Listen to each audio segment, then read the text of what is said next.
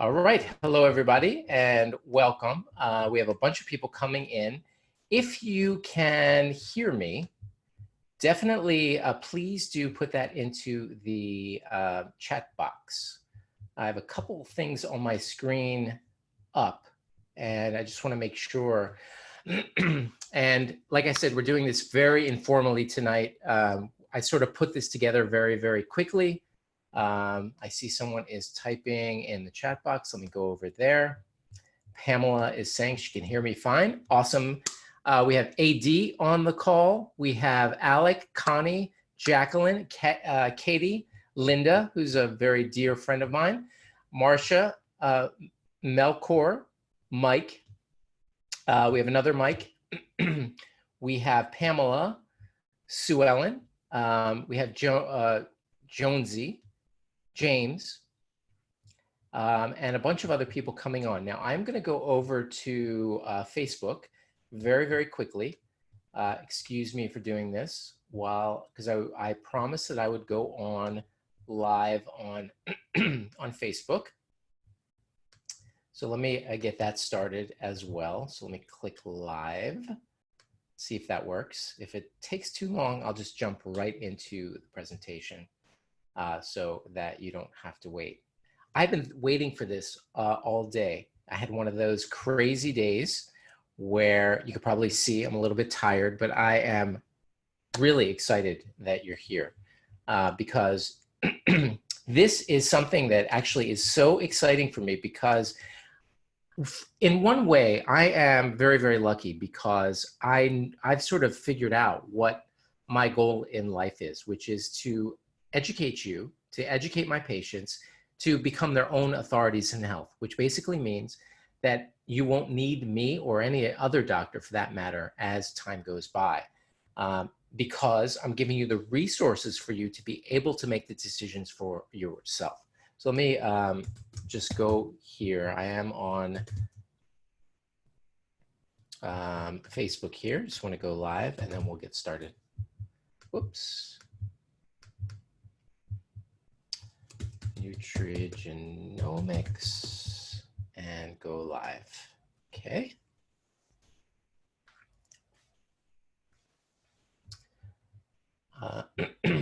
Get that started. And I think we are now live on Facebook. Great. 3, 2, 1, and we are live. All right, awesome. So you are my priority over on Zoom. If any of you are on Facebook listening and you want to ask questions, I'm probably not going to be able to answer those questions.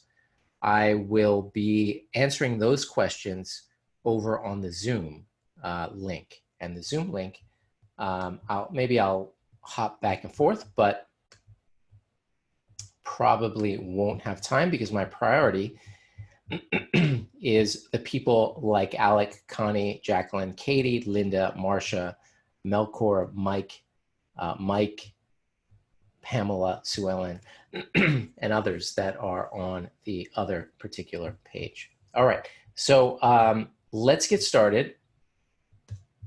Make sure that I'm not being interrupted here. I do have a puppy here, and hopefully she will not interrupt us. She's here. Let me just show you to her.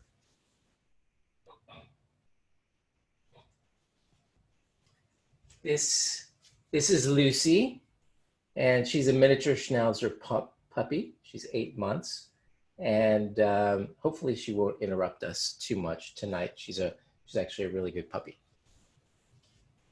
Okay, let's get started. I want to go through my lecture here with the slides that I created just an hour ago.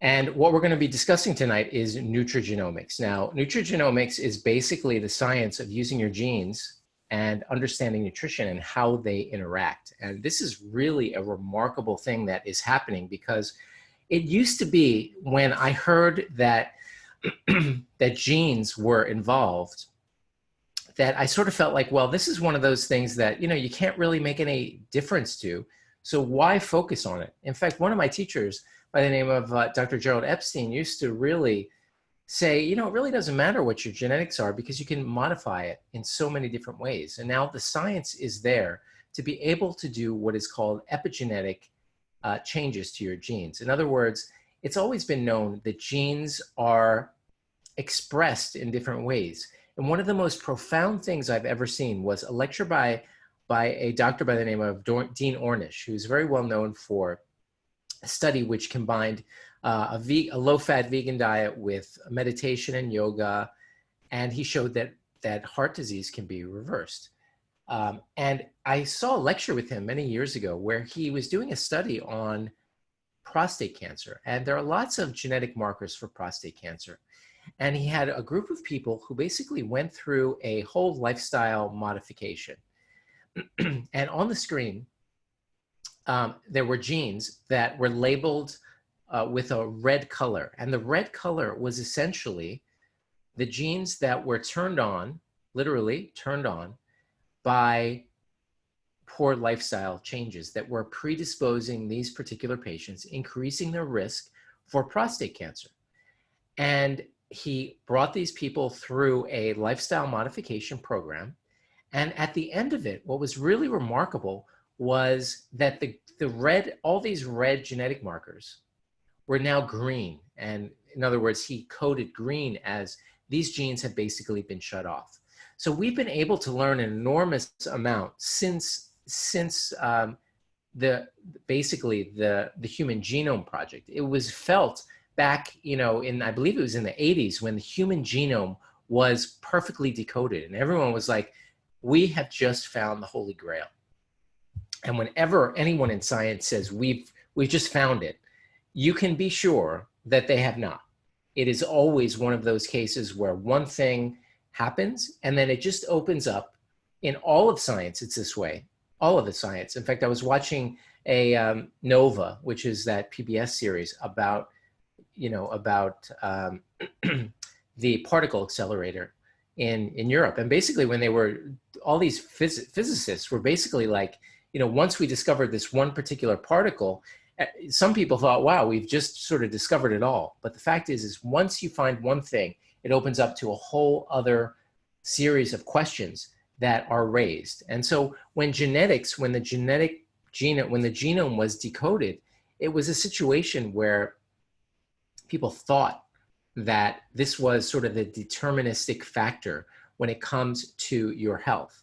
And it turns out that just like some cancer researchers say, the genes load the trigger, but the environment pulls the trigger. Loads the gun, but the environment pulls the trigger. Now, remarkably, and I hope all of you can see my screen. If you can't see my screen, please do let me know. There is always a master quote when it comes to topics. And I was really lucky to be able to find this quote by Hippocrates. And we're going to come to this at the very end of the lecture because I really want to hone in and stress the idea that you have a whole lot more control over your situation than you ever thought possible. And in the beginning, I didn't think genes were what was going to be the situation to lead you to become your own authority in health, which, as I explained before, is my goal in life, for you to become your own authority in health. Now, let's go through this master quote by Hippocrates. And everyone knows about Hippocrates. He's basically, you know, his quotes are just really, really remarkable. He was sort of a, you know, I wouldn't say the founder of modern medicine, but certainly a big influencer. And this was his quote: "Positive health requires a knowledge of man's primary constitution and the powers of various foods, both those natural to them and those resulting from human skill." So let's break this down. And I want to break it down according to genetic knowledge, because what he's describing here is genetics, remarkably. We all are, unfortunately, modern day commentary on people of the past is that we have somehow progressed. While our technology has progressed, our wisdom has not. While our accumulation of knowledge has progressed, our ability to handle that knowledge and to ascribe to it wisdom has not progressed. In fact, some of our ancient ancestors had a lot more wisdom than certainly we've been able to express lately. So positive health requires a knowledge of man's primary constitution. That is your genes. Your primary constitution is your genes. And the powers of various foods, both those natural to them. So we're talking about how food interacts with your primary constitution, and then having further knowledge to be able to make those decisions and those resulting from human skill. So he's basically describing nutrigenomics amazingly. What he's saying is that we have a primary constitution, and we need both intelligence, we need those foods that are natural that are going to be able to allow us to make those decisions regarding what we want to get to, which is positive health. And so this is something that has been around forever. But now with modern science, we have been really able to get to a point where we are just at the beginning of this. And to me, this is one of the most exciting things that I have been a part of. We offer, some of you know me because I'm the president of Miracle Noodle. Others know me because, I know people. One of them was a former patient of mine who's on this call. And my goal is for you to be able to learn something that you can use to improve your primary constitution. That's what this lecture is all about. When you can improve that, that means you are basically building from the ground floor. And now we have the science, the beginning stages of science. And for the next 45 minutes, we're basically going to be going through one of my reports. Now, there are many different services out there that will give you some kind of report about your genetics. And I have reviewed several of them. In fact, just a couple of weeks ago, I was recommending one over another. And 2 weeks ago, I was at a conference in Long Beach, California, and it was called the Metabolic Health Summit. And it was basically a seminar, conference on metabolic therapy, which is basically using the ketogenic diet for various things like seizures, like diabetes reversal, different specific types of cancer. And I had the fortune, really, because I'm president of Miracle Noodle, we were one of the sponsors. And I really had the fortune to be able to interact with a lot of doctors who were actually doing a lot of nutrigenomics consultations for their patients. It was part of the routine evaluations that particular patients have. I see a bunch of people have just come on, so welcome. And if you missed the beginning, you'll get a recording of this.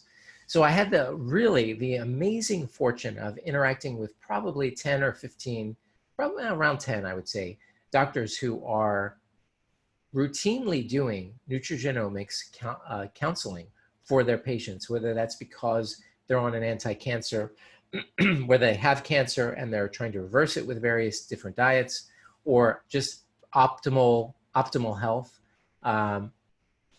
And I think that I had the fortune to be able to ask them what services do they use, and I was basically introduced to a new report, and this new report is really remarkable. And there's no question that, and all of these doctors recommended the same service. Now I'm gonna put it here, this will forward you. It's Genetic Ninja. That's my website, but it will forward you to the website. Now, I did my own report, and my report came back to me before I left Long Beach, because you're able to upload your own. I had some 23andMe data, so you can upload old data like your 23andMe report, your bulk report, or you can do Ancestry.com. And on the flight home, which as I live in Miami, the flight home, of course, is a very long flight. I had spent the entire flight studying my report. And I'm going to share that with you tonight because I want to show you how powerful this technology is and how powerful it can be for you. Now, one of you, if you stay to the very end, I am going to randomly select one person who will get a free report. And I'll probably do that just by sort of pushing my finger onto the screen. And I have a list of the people that are on this. You'll get a free report with a full consultation by me. This will be done at the very end of the call. Welcome to somebody who's calling in from the 760 area code. Another people slowly coming in. I will pay for your report and we'll give you at least an hour consultation going over the report for you. For those of you who want a report, if you go to that link that I posted there, then this is how I feel. I feel that until I do around 500 of these consultations, that I don't feel like I should charge for anything. So that means I'm just under 100, which means that if you're interested in doing this, purchase your report and then contact me shortly after this call. You can email me at jonathan@miraclenoodle.com. And I will do a full report. In other words, once you get the report, I will spend at least an hour with you. Sometimes it's only a half hour. You'll see exactly how powerful this is in just a moment as I go through my particular report. I'll probably get to that in around 10 minutes. Again, I don't feel like charging people until I get to 500. Now, the link that I provided you, I do get a 10% commission on that to be open. The report is either 100 or 200, depending on if you have raw data. If you feel like that is me taking advantage of you to do a hour-long consultation for $10 or $20 commission, I'll be happy to refund you or give you a discount on that, send you the money back. My goal is twofold: to become a master at helping patients with this, and two, to provide a valuable service to people because it's been valuable for me. That's truly what I am interested in. And that's what this particular conference and call is about. Okay, so let's go to the next. So health outcomes. Basically, when it comes to historical information, when it comes to scientific information, your health incomes, when they're studying things, they can be increased, there can be no effect, and there can be a decreased effect. How many times have we had all kinds of medical reports that basically say coffee is good for you, coffee is not good for you, fiber is not good for you, fiber is good for you, sodium is going to make your blood sugar go up, your blood pressure go up, sodium is not going to make your blood pressure go up, and it's not going to do anything. The fact is, these sorts of health outcomes can be explained by genetics. Coffee depends on what type of metabolizer you are. Some people are fast metabolizers, their body can clear caffeine. Some can't, and some are in the middle. And you'll see that in my report. Fiber and colon cancer. Also, another thing that's been determined genetically, there are some people that increased fiber is going to help with colon cancer. Sometimes it's going to be the opposite. And the same thing with sodium. There is a gene that you can check for that's basically going to tell you whether or not sodium is basically going to increase your risk for high blood pressure. Other people don't have that gene and can increase their sodium without any increase in hypertension. So how remarkable is it, everyone, that, and this is ignored by mainstream media, because all of the mainstream media in general, who report on scientific literature, those articles can never be trusted. I'm going to repeat that again. Do not get your scientific knowledge from any article that is written in a journal, in a mainstream media outlet. You need to become your own authority in health. And that's what my goal is, to be able to educate you on this. This is why I do these webinars every week. I'm so excited that we have so many people on tonight. So the point I'm trying to make with this slide is that all of those things that you see that are out there, that you get all these reports, and these reports say, one day coffee is good for you, one day coffee is bad for you, one day is fiber, sodium, etc. It's almost always because of some genetic factor. Now, all of us have these genetic factors, and you're going to see that in my report. So there are three impacts, first of all, when it comes to how these genetic, what are called SNPs, single nucleotide polymorphisms, which are basically small changes in the gene. I'll go into that in just a moment. But the fact is that when it comes to nutrigenomics, how your body absorbs nutrients, how it digests it, how it eliminates it, all of these things are going to impact the genetics that we're talking about. So just knowing whether you have the SNP is not all there is. That's why these automated reports that you can get, that are really crazy, are basically going to not give you the information that you need, because you're not going to know your medical history necessarily. That's why it's important to review these with a medical doctor, and that's what I'm offering you tonight. So the skeptics say, well, SNPs, single nucleotide polymorphisms, are useless. We know that they're not, because we've just discussed three examples: coffee, fiber, and sodium and hypertension. They also say that people won't change their behaviors, but there actually have been studies to show that when people have a clear understanding of their particular genes, they actually do change their behaviors. The skeptics also say we need more evidence for select genes. There has been enough done. That's true. There has been enough work done on very select genes, and there's more and more information that is coming out. Results from genetic tests are too complicated.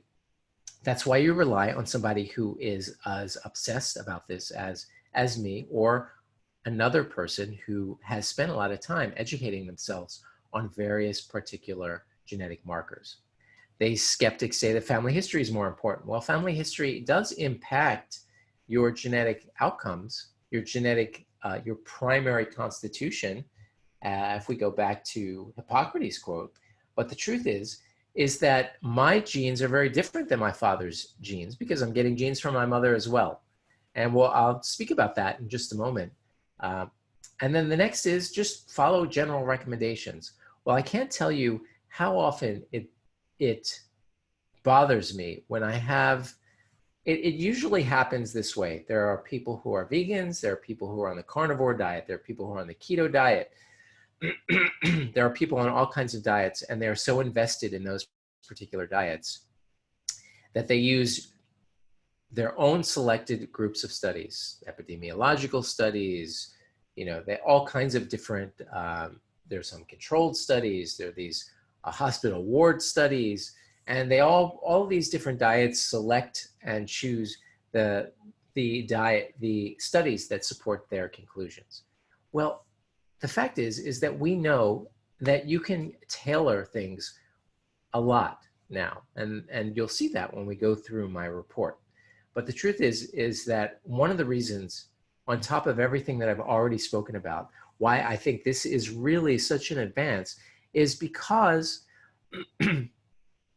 once you know your genetic individuality, one, it is empowering beyond belief. It gives you the sense that you can do something for yourself and not rely on some medical institution. If you've been on my webinars anytime, look, I'm a medical doctor. Tomorrow I'm seeing patients all day, and I put on my white coat, and there is something about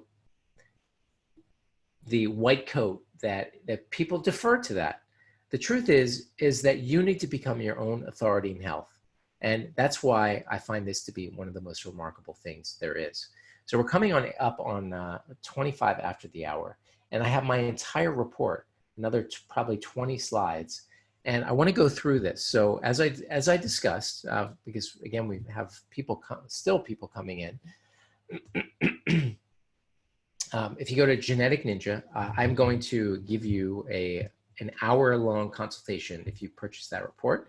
And as I mentioned, I do get a 10% commission on that, which is either $10 or $20.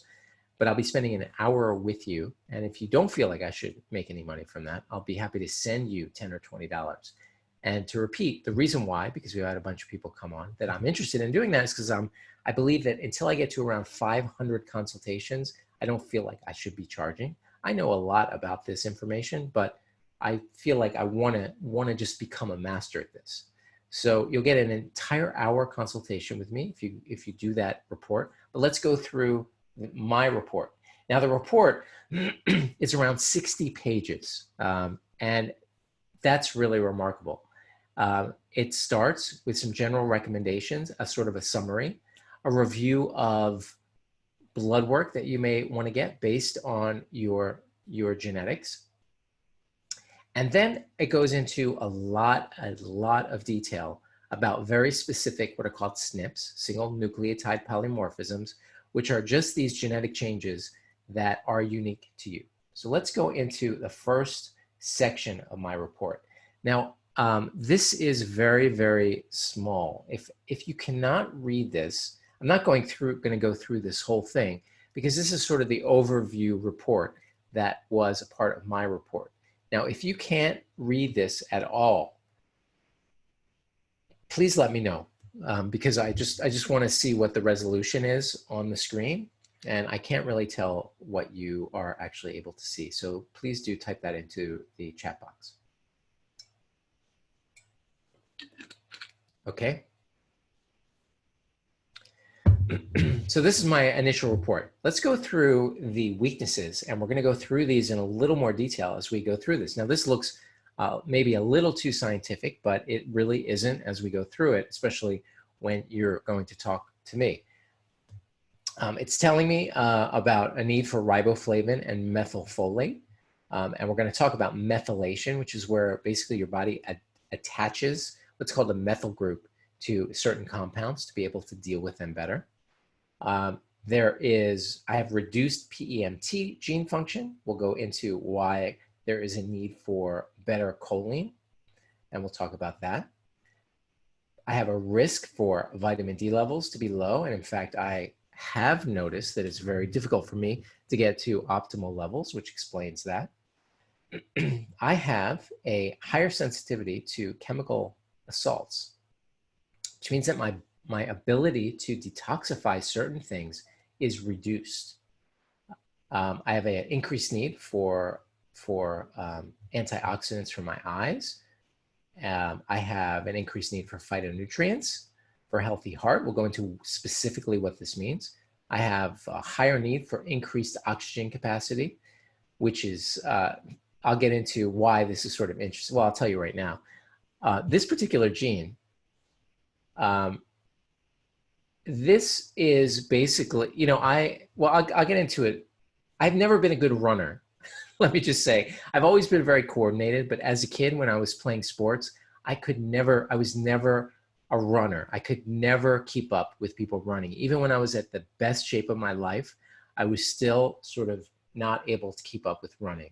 There were times when I went to athletic camp in the summer, specifically tennis camp, and I was in the best shape of my life playing tennis, 12 hours a day. And when we were doing running drills, I was never really good at that. And it totally makes sense for the first time in my life why I was so poor at that, because of these peroxisome proliferator genes. I have a higher probability of tendon rupture, lower prebiotic production. We'll get into that a little bit deeper. Reduced conversion of beta carotene to vitamin A. This is one of those things why people who are on a vegan diet, if they are unable to convert beta carotene to vitamin A, that could be a problem. And the reason is because vitamin A is generally found in animal products. And if a vegan has the variant that I have, they would be very careful that they would need to be able to take care of their vitamin A. And I have been vegan in the past. I have tried that out. And I believe that I wasn't, I believe that I didn't feel really great when I was on a vegan diet. Don't get me wrong. You can be a very, very, very healthy vegan. In fact, because I'm president of Miracle Noodle, we do all kinds of food shows. I do keto shows, we do vegan shows, we do fitness shows. And I can tell you quite honestly that in addition to my personal life, I've met many, many healthy vegans, many, many. And when you go to these shows, to be honest, the vegan shows, people tend to look the best. And I'm not advocating a vegan diet by any stretch. You need to be able to figure that out for yourself. You need to become, as I say, your own authority in health. So if you were to have the gene that I have, which is reduced conversion of beta carotene to vitamin A, then that could be a problem. So it might mean that you need to supplement with vitamin A, or you might need to actually increase your beta carotene consumption, which basically means upping your leafy green intake so that enough gets to vitamin A. Increased probability of elevated blood sugar from refined sugar and grains. We'll get into this particular gene because it's very, very relevant to my history and to my family. Same thing goes with this when it comes to vegans. You have poor conversion of plant-based omega-3 to EPA and DHA. Now let me explain what this means. And we'll go into it a little bit deeper in just a moment. EPA and DHA are both end products of omega-3 in your body, which means that your body generally starts with ALA, which is the foundation, the initial part. In other words, you take ALA, walnuts, flax, nuts and seeds basically, and then that gets converted into EPA and DHA, which is used for your brain, and it's the active form of omega-3. If you're just, let's say you're on a vegan diet, another thing that probably was a reason why I was having trouble on the vegan diet many, many years ago was because I do have poor conversion of plant-based omega-3 to EPA. If I'm not taking end-stage EPA or DHA, and there are doctors, vegan doctors out there who recommend that. And I must say that there was a huge controversy in the vegan community around 6 months ago, where one of the doctors, Dr. Joel Furman, who has consistently recommended that people take a DHA supplement, was vociferously attacked by another vegan who said you don't need to take DHA. Well, the truth is that some people do, some people don't. It's the same situation like the coffee, where some studies show that it's good, some studies show that it's not, some studies show no impact. Well, everyone is unique. Everyone is different. You need to be able to customize your diet for yourself. And again, what makes me so excited about this particular science is we're just at the beginning. But even at the beginning, there's a remarkable amount of information available to you. And we're going through that now. So if you were on a vegan diet and you had the same gene that I have, this one, where you have poor conversion of plant-based omega-3, then it would behoove you to take an end-stage product like EPA or DHA. It would help you. So we'll get into that in just a moment, but I wanted to be clear about that. You may have a slower breakdown of dopamine, adrenaline, and estrogen, and we'll get into that further as well. And due to variants in COMT genes. I'll get into that later. And you may have lower levels of what's called brain-derived neurotropic factor, which affects glutamate. Now, obviously, there are also some strengths. So you don't want to feel like you are totally some genetic mutant where you're having trouble. You're just doomed. Because of all these weaknesses. There's lots of strengths as well, and it goes through that here. Everyone has weaknesses and strengths, just like everything else in life. We have weaknesses and strengths, but how powerful is it when you know what your weaknesses are? Because all of these can be modified.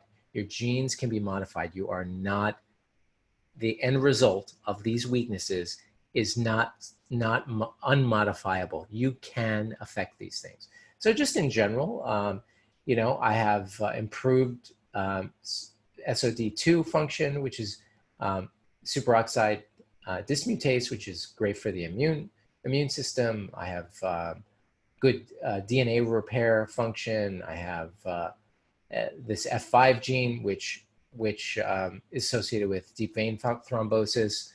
This is really a remarkable thing. You know, I have had one person who tested, who was positive for this, and it's something that when you get that test positive, you do need to discuss that with your general doctor. I have reduced likelihood of saturated fats causing weight gain due to the ApoA2 gene. There are genes which I mentioned in the coming attraction to this particular lecture, that, you know, some people, when they eat saturated fat, they have a higher risk of gaining fat from saturated fat, whereas other people, if they don't have an ApoA2 gene, and there's some other there's an ApoA4 gene, which is associated with Alzheimer's disease, which I do not have, but it's very important to know. If you have the ApoE4 gene, it does increase your risk for Alzheimer's disease by many times. I don't remember the actual, unfortunately, I don't remember the actual number, but it's something like 3 times, don't quote me on that, but it's like many, many times higher risk for Alzheimer's disease if you have the ApoE4 gene. Now, if you have it, again, it doesn't mean that it's not modifiable. So I'm also at a decreased risk for statin-induced muscle pain. I have an improved density of dopamine receptors. We'll go into some of what this means in just a moment. Gosh, the hour is going by so fast. I have so many slides. Let's go through these quickly. Now, they give you a list of the foods to emphasize, but this has to be customized based on various things. You'll see things like you know, I have an increased need for choline. I have an increased risk for zinc, which is probably on another slide. For VO2 max, that one where when I was a kid, I was the worst runner in the world. Ashwagandha and eleuthero root can help with that, as well as cold water immersion. These sorts of things can help me with that. But this sort of recommendation, it has to be customized for each person. Then they recommend your recommended blood tests. Now, I know what my B6, I know what my homocysteine level is. I know what my LDL is. I know what my vitamin D is. I know what my B12 is. But as we discussed earlier, I have a risk for having B12 deficiency. I know what my C-reactive protein is. But then I'm a physician and I know what to order. So I haven't checked my iodine yet. I have not checked my B6. But as you'll see in just a moment, why these are important and why I am going to be very, very interested in discussing this, in checking these levels in the next week or so. Again, this is, I've used many different companies for genetic analysis. And this particular company, if you go to geneticninja.com, you'll be able to get this test as well. Let's go into minimize lactose. I already sort of know that. Remember now, I spoke about this ability to, hopefully with a bigger mic, you said on an iPad it's a little blurry, so hopefully these bigger slides are a little bit better. Getting back to food dyes, sodium benzoate, acrylamide. Remember I mentioned that I have a little bit of a decreased ability to detoxify certain toxins and DNA damage as well, and nitric oxide antagonists such as refined sugar. So we'll go through a little bit more here. Okay, so the next thing that we see here is, I know it looks complicated. That's why I'm going to go through this for an entire hour or more with you if you get the report on your own. Now, there is normal, which is basically normal enzyme function. An enzyme is basically how the gene functions. You have heterozygous, and homozygous. Homozygous is going to have the most deficiency in terms of that enzyme, and heterozygous is sort of in the middle. So, excuse me.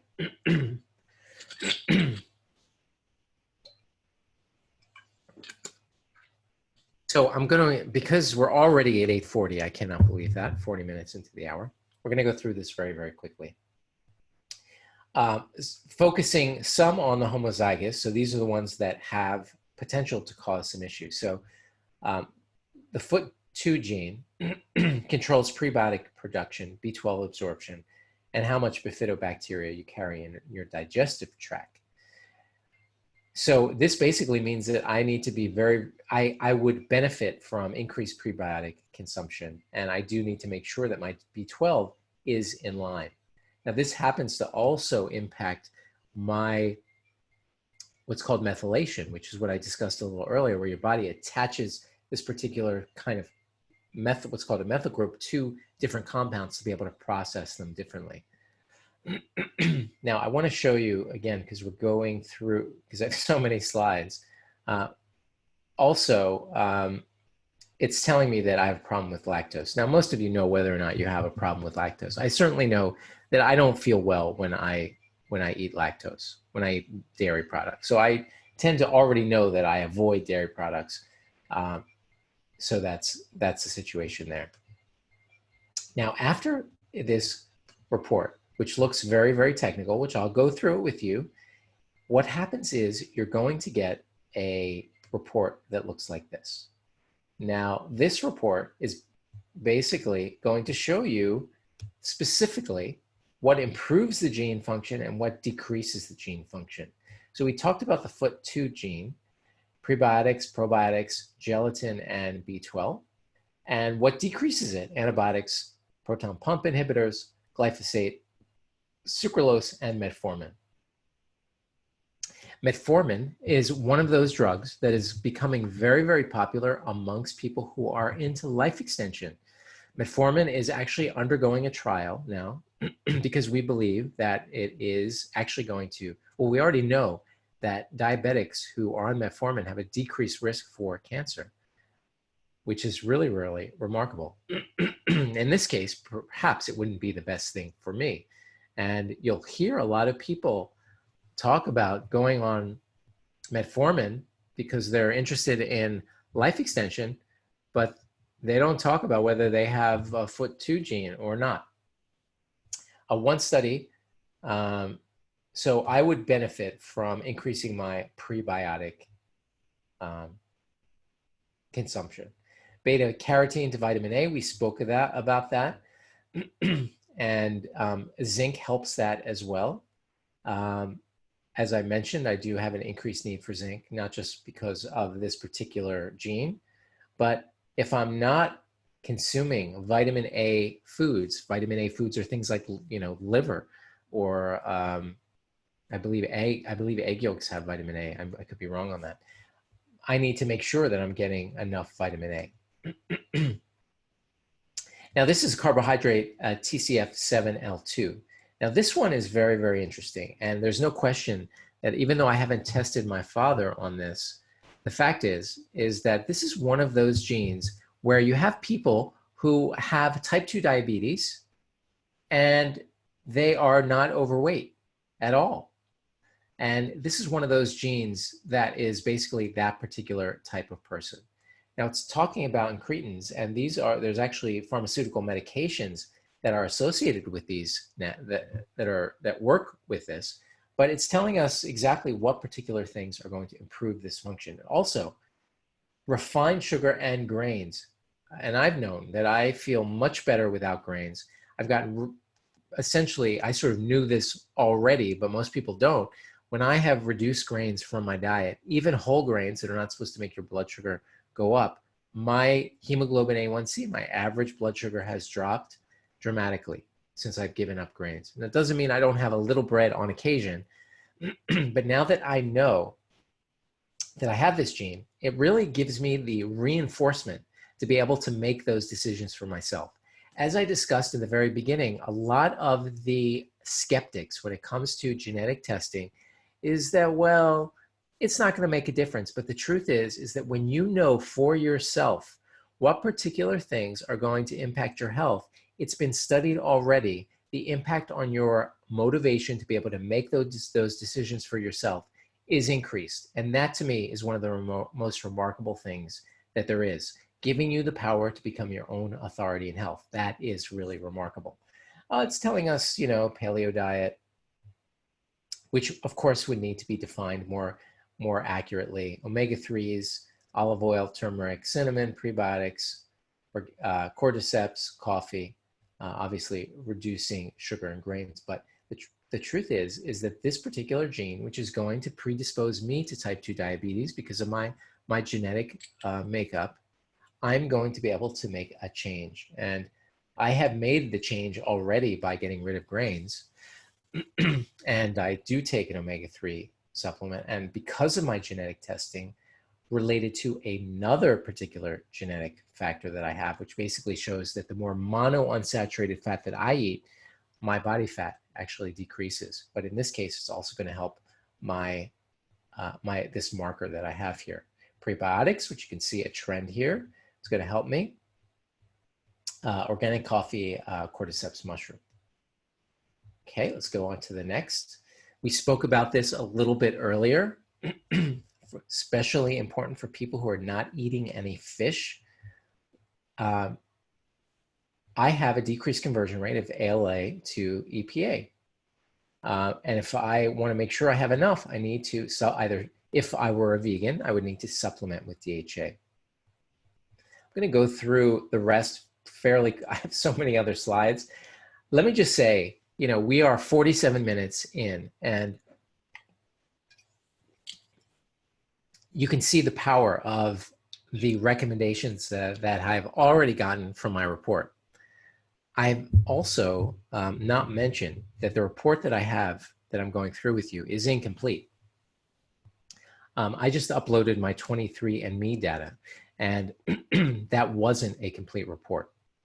So you're seeing the potential value here with this test. It's truly remarkable, which is another reason why that flight from Long Beach to Miami, where I live, I literally was just completely engrossed in this.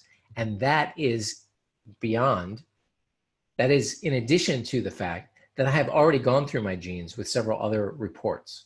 This one is just so much better. It's just so much better. I just can't stress it enough. Okay, let's go to the next section, which is methylation. Now, methylation we've spoken about, and I have methylation issues, and I am homozygous for this. This is sort of the main. This 677T is one of the main methylation ones, main methylation markers. And people go crazy over this particular thing. They go crazy. If you look on the internet, there are people who are saying it's responsible for everything. I don't think that's the case, but I also happen to have some methylation issue here, as well as here. And I'm not going to go through detail methylation because that is way beyond the scope of this particular introduction. But there is a lot of subtlety to treating people who have issues like myself. And oftentimes people overdose people with giving them supplemental methylfolate. But one of the interesting things to me about methylation is that when you have this particular gene, which I have, and a lot of people have this, I think it's, I don't know, it's a significant percentage, you know, maybe 30 or 40% or something like that of the population that has either heterozygous or homozygous. And remember, homozygous has the most deficit in enzyme function. This is sort of in the middle. When they have that, which I have, if they take what's called folic acid, which is added to bread and other sorts of things, folic acid is synthetic.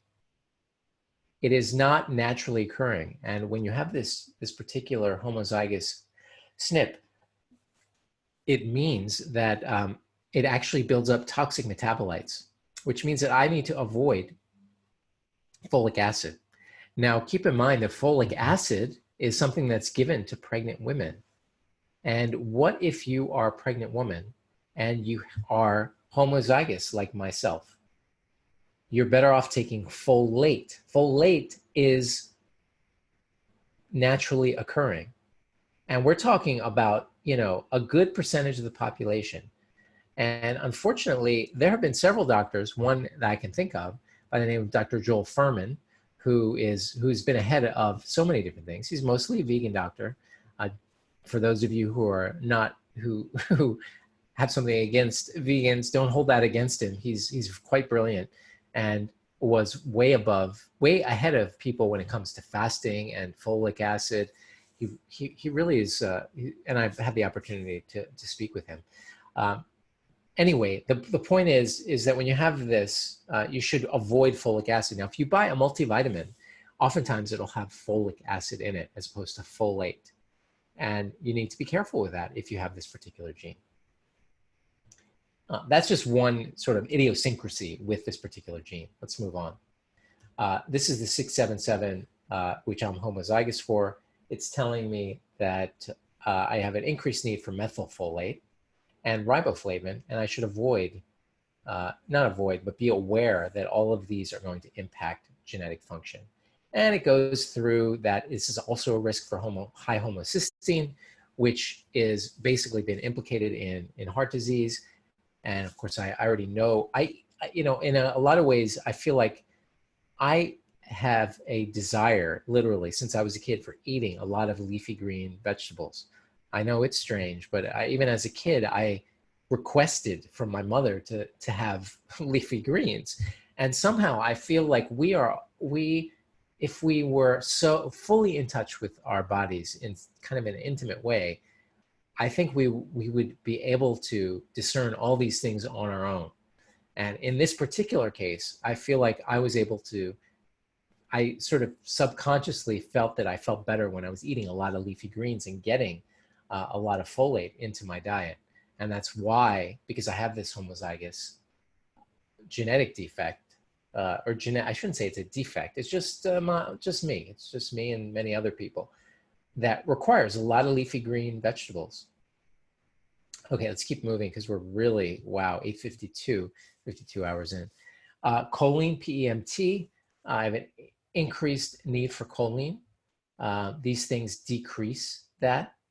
And it's true, I do not get a lot of choline in my diet, but there are other ways of improving choline without actually having to take choline, because choline's found in like liver and egg yolk, which is not something that I'm going to be eating on a regular basis. I do actually on occasion eat a little chicken liver, but it's just very rare. And eggs, I'm not a big fan of eggs either, but there are other ways that you can improve your choline. Let's keep on going. This particular gene, as it mentioned in the very beginning of my report, I really do need to make sure I get enough B6, and all of these particular things from sugar, stress, refined flour, antibiotics, ACE inhibitors, lots of different medications are going to decrease my B6 levels. And I have an increased higher intake of B6 that I need to take. It goes through hormone health, and I have need to check my T4 and T3. And as I mentioned from the very beginning, I have a risk for being vitamin D deficient. And I have had trouble, as I mentioned, getting my levels exactly where I want them. And now that I know that I have this SNP, I know that I need to be more diligent. Again, it's one of those things, once you know, it gives you the ability to be able to do that. Okay, so thyroid, we spoke about that. Vitamin D, we spoke about that. Again, in 5 minutes, I will be randomly selecting somebody who I'll pay for their report. It's $200 value. And I'll go through that. For everyone else, definitely go to geneticninja.com, and that will forward you to the link that will allow you to get this report done for yourself. And I am offering you a full hour free consultation going over your report, because again, I want to build up this huge number of people that I'm doing these consultations for, because I've found it to be so remarkable for myself, and I want to be able to give that to you as well. Okay, next is, this is sort of antioxidant immune ability. And I don't have any homozygous, but I have a whole lot of heterozygous. And they are going to make some recommendations specifically for eye health. Again, I'm sort of going through this relatively quickly. I want to make sure. Oh, Judy asks, interested in your contact for gene, you mentioned 23andMe, and was that a good gene report? The 23andMe gene report is not good. But however, if you have it already, you can upload it to, if you go to that link that I told you, you can upload that for $100 and you'll get this same report that I'm reviewing. And if you do that, I will spend an hour with you on the phone going through your report, just like I'm sort of doing on my report. I mentioned in the beginning about my need for making sure that I have improved gene function. There is zinc again. I do eat a bunch of berries. I do take vitamin C. I do take fish oil. In fact, you know, there's zinc, which is quite interesting. And by the way, I will stay on after 9 o'clock to answer questions. I use I'll add one more thing, by the way, to this. So I use, and my patients use, a food tracker by the name of Chronometer.com.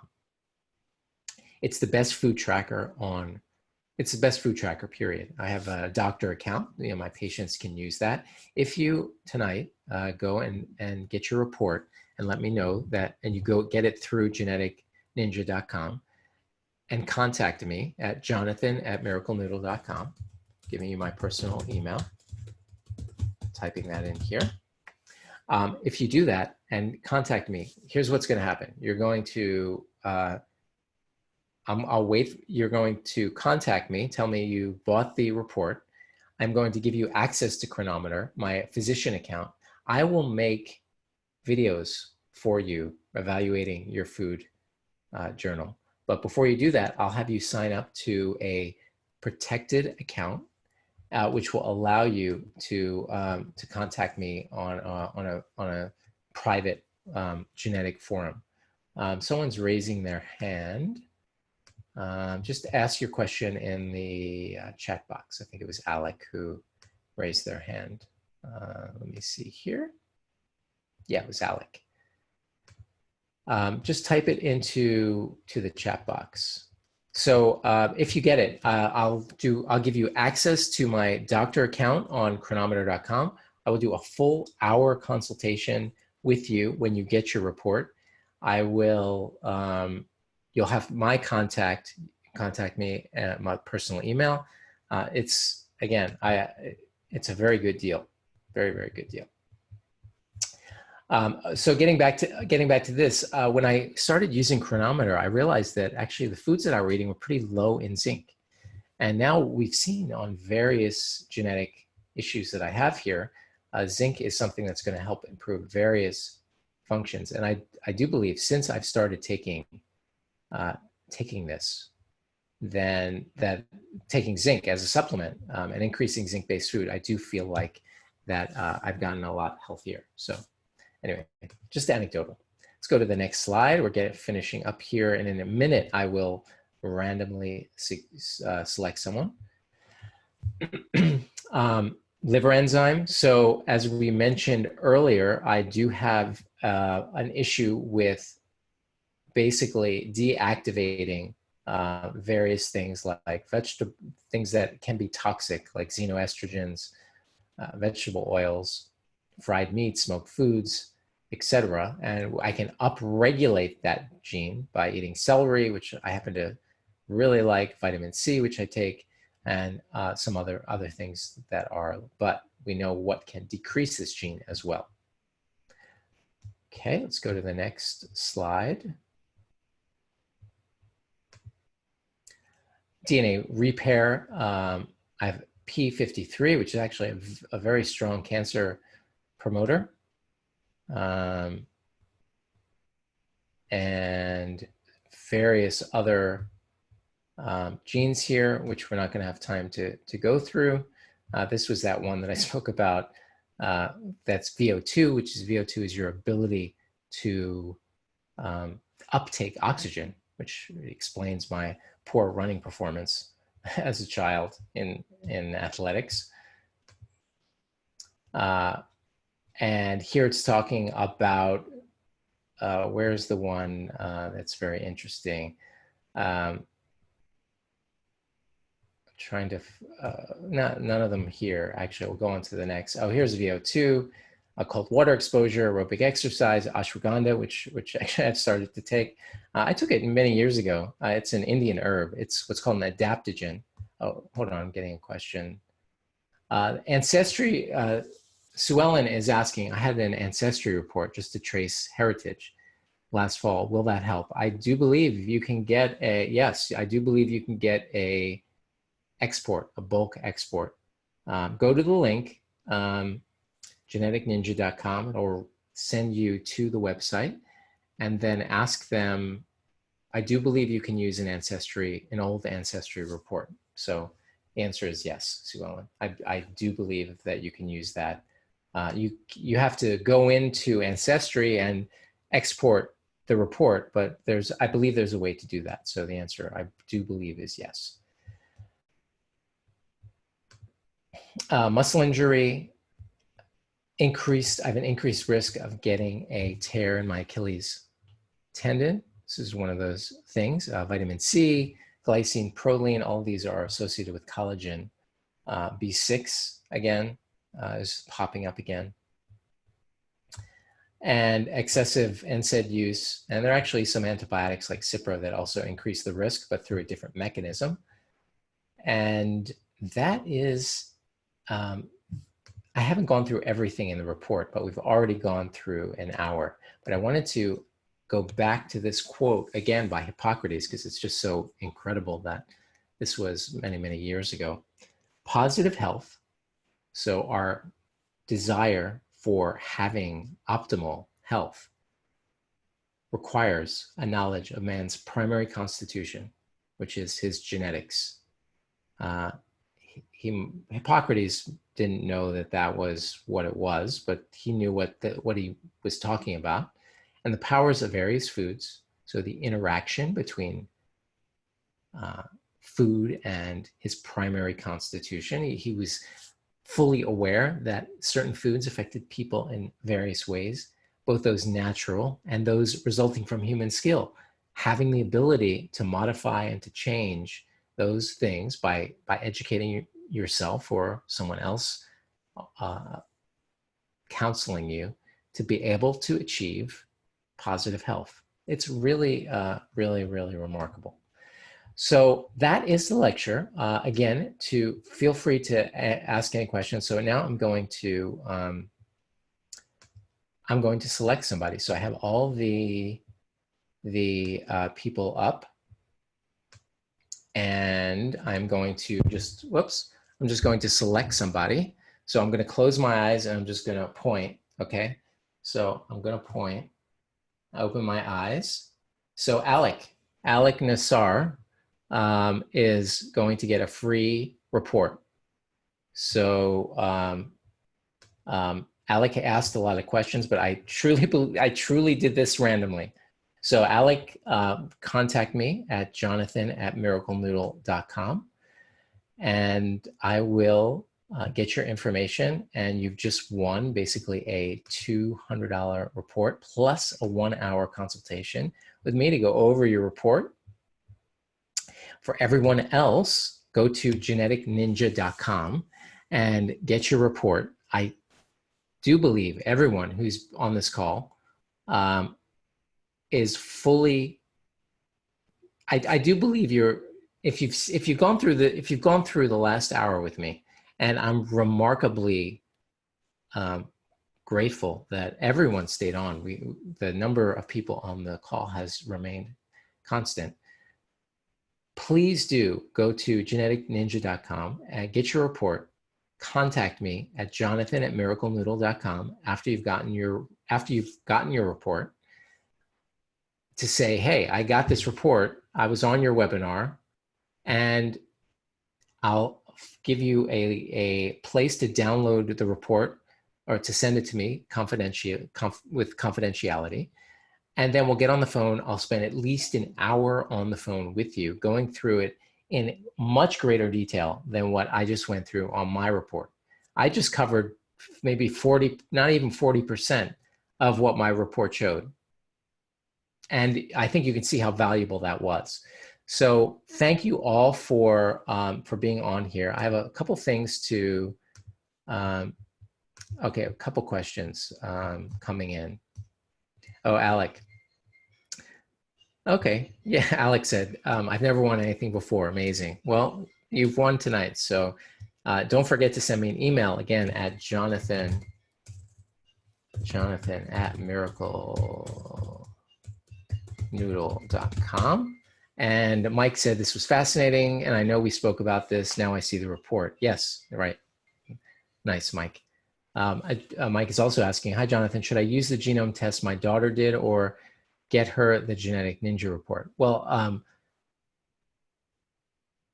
if you have it depends on what. Hi, Sue Ellen. Thank you for, isn't it very interesting? I mean, I don't know how you can't not find this interesting. I mean, this gives you a certain level of control over your health that is just incredibly remarkable. So I'm totally excited that you found it interesting, Sue Ellen. So thank you for that. Mike, I don't remember the report. If you have a 23andMe report, if you have 23andMe, then you can go and download that bulk export. Now, I happen to speak to the owners of the owners, whatever, the people that run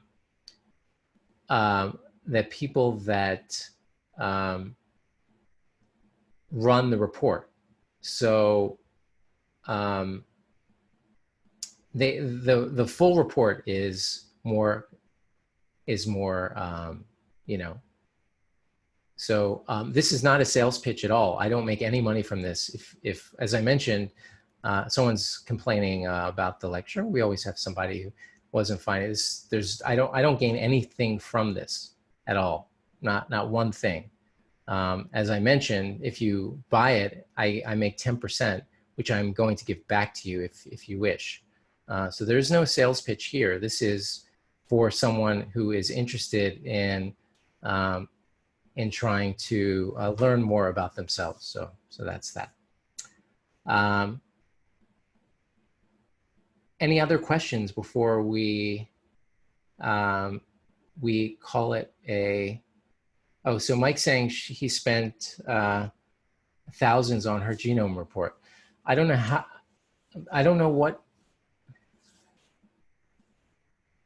I don't know exactly what report that was. I don't know why anyone would have to spend thousands on a genome report. So it could be that the doctor is charging that for the consultations after the report, or it could be something that was done many, many years ago. But if you have the actual genome, then you can, you can get more information to me on that, and then I can sort of look into it. Any other question? Any other questions? Thank you again for your comments. Thank you, Mike. Thank you, Jacqueline, for your comment as well. Mike, Pamela. Alex said that, are the consultations confidential? Absolutely. In fact, the report that you get, Alec, will be basically kept on a HIPAA-compliant website, which is basically, federal regulated website, and our consultation, of course, will be fully confidential. Absolutely. This is genetic information, and you should be very careful with who you give the information to. I'm using mine as an example.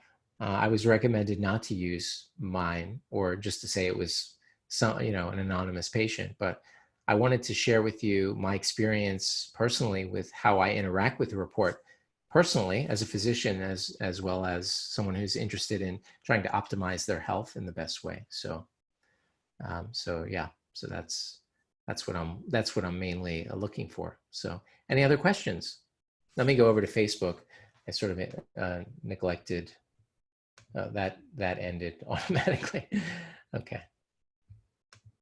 All right. Well, I hope for people that are left on the call, Connie, Judy, Katie, Linda. Okay, Marcia's asking, what's the accuracy and reproducibility of the report? So the remarkable thing about genetics is the genetics never change. So the genetics are accurate. The report and the interpretation of the report, you have to basically go on what the literature review shows for various SNPs. So certain SNPs have more data than others, and others don't. Now, there are certain ones, and specifically the ones that I spoke about tonight, are very, very well studied. And if you have one of those SNPs, there's enough data to be able to make legitimate decisions based on those particular SNPs. Other SNPs that I didn't go over, some have a lot of data behind them, some of them don't. However, when it comes to the actual genetic test, it's completely, it's almost completely, I don't know what, it's for certain accurate, because it's just checking your genetic markers. So you never have to get another test. As long as you have the bulk test and you have your genetic markers, you never have to get them again. The great thing about the service that we're talking about here is that it's going to be updated as more data comes in. So there are certain SNPs that we are just studying now. I mean, I happen to follow the literature, and there are different SNPs that come out all the time that they need a couple more studies to be able to make formal recommendations on. That's really what the situation is. But the report that is given, I believe, has enough validity to it to be able to make actual decisions regarding your health. So that's the answer to that. Any other questions? Judy is thanking for sharing the information. You're very, very welcome. I enjoy doing this, even though tonight I may be a little bit tired from a very long day, but all of you have given me a lot of energy. I love talking about this sort of stuff. So thank you for your attention. Any other questions?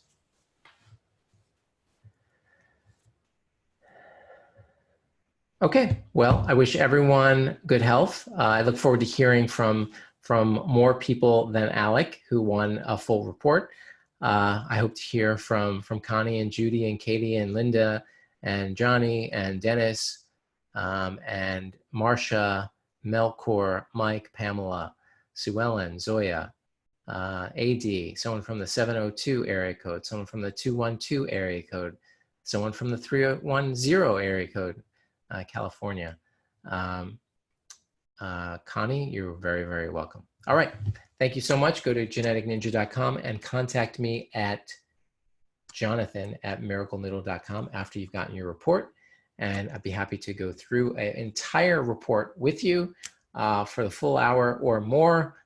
And looking forward to having you be able to have this information to make changes that make you feel better and more in control of your health. Thank you again for your attention. Have a great evening. Bye, everybody.